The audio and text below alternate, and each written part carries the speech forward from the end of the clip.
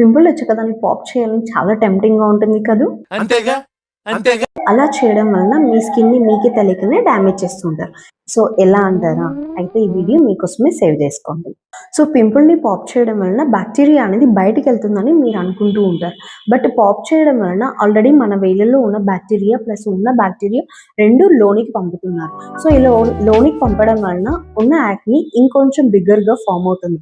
అంతేకాకుండా చుట్టుపక్కల కూడా మనకి యాక్నీస్ అనేది స్టార్ట్ అవుతుంది.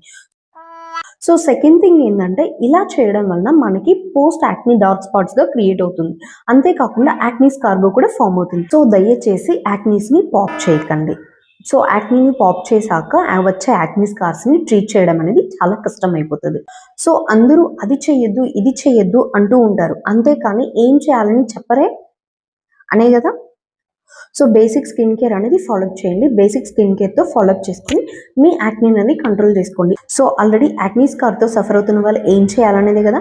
నథింగ్ టు వరీ, మన ఎస్ఆర్ ఆస్ట్రిక్స్లో అడ్వాన్స్డ్ ట్రీట్మెంట్స్ అనేది అవైలబిలిటీలో ఉన్నాయి. So please visit our SR Astrix. So ఈ వీడియో గురించి మీరు మాత్రం తెలుసుకుంటే సరిపోదు కదా. So please share our friends and family. Thank you.